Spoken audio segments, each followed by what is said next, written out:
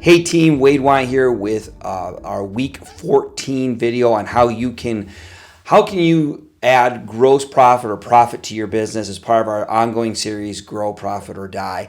And it's linked directly to the book that we're launching, Grow Profit or Die, on April 15th. So if you're seeing this video prior to April 15th, please join us for the book launch.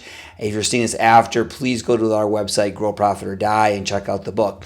This week, I want to focus in on what we refer to in the scaling up world as a discretionary effort. You'll often hear Vern Harnish say this, and I've said it in many of my talks, that you need to, as a leader, focus on getting that discretionary effort out of your staff or out of your team. And this is an important concept because everybody comes to work with what they believe is the default amount of effort they should put into their job. You pay them this much, they should put in this level of effort. Now, we may agree or disagree on their idea of what that default level is.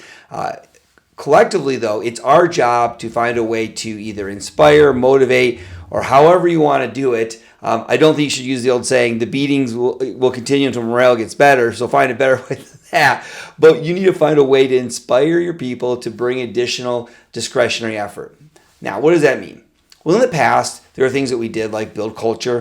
Culture eats strategy for breakfast, the old saying. We would have better benefits, better pay to motivate people. We would build better teams. We would have core purpose or core values, and we'd establish these different things that were intended to help us go out there and get this discretionary extra effort. Remember, discretionary extra effort isn't talking about forcing people to work longer or harder, maybe work smarter, but this is about the energy they bring, the buy-in they bring, the creativity they bring. It's about when they get to work, they're not putting in the default or minimum amount of effort. They're putting in an additional effort because they've bought in. They want to be there. They want to be a part of this. And so in the past, again, we had the core values, we had the purpose. Those types of things really help, and they still do. So make sure you're doing them. But I would say at this point, those things are what we would call, the low-hanging fruit. If you haven't done them, go do them. The reality is most companies have found these little tips and tricks to create an environment where people want to be there and they want to invest and they want to bring their full self and bring their energy. And so most of those easy to implement things, and some would say core values are not easy to implement, fair enough, but easy to talk about, easy to recommend, those things have already been done. So now we're getting to the point where, okay, how do we move the needle? How do we continue to increase the discretionary effort that our staff brings to the work? Or how do we maintain it? That's the other big thing. It's great to have it. How do you maintain it over time? And so first thing is, I just want to impress on you the importance of having the discretionary effort and maintaining it. You get these initial pops as you do different things, but we need to maintain it over time. And so the book we recommend this week is The 9 Lies About Work. It doesn't necessarily refer to this concept, but there are concepts in there, the 9 lies that they would go into, that are all research-based concepts that will help you to make sure you're creating the best environment for your team so that everybody is bringing their full self. With that said, I have 2 things that I would think you should focus on, and that as you make this part of your core job, one of your core things that you do as a leader, because it is one of the things you have to do every single day, is find a way to maintain this discretionary effort. There's 2 areas I think that you can work on, and our 2 tips for this week. All right, number 1, first off, engage your people in a dialogue. Your staff lives in a very curated world, which has changed over the last 10 or 20 years.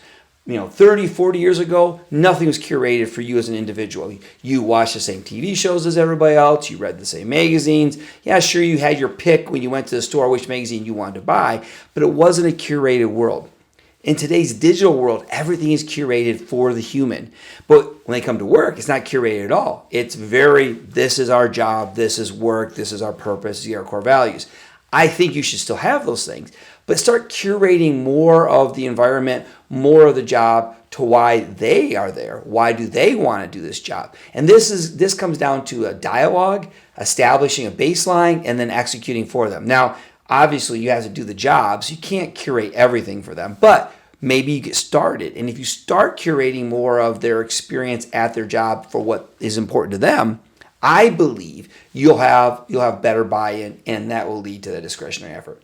The second thing is focus on the team. And this is straight out of the 9 Lies About Work.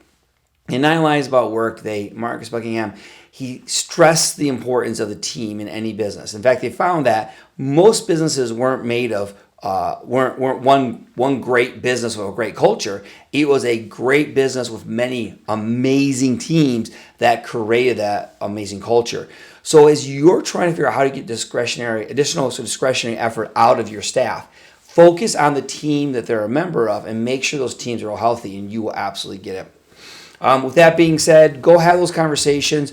I know we went long on this video, and we said discretionary effort probably 20 times. I just want to make sure that you're left with this final thought. There's lots of tips on how to do it. Maintaining it is hard. And as a leader, this is one of the differentiators of whether you'll be successful and whether your business will be successful. And more importantly, whether or not you'll have the profit, the maximum amount of profit you can have. With that said, that means that this is something that you can't just do once a year, set it and forget it, or you can't just say, we're going to have great culture and be done.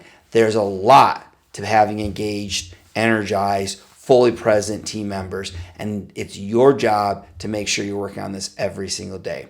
Can't wait to talk to you next week. We'll be focused in on our next tip and trick and hopefully help you increase your gross profit.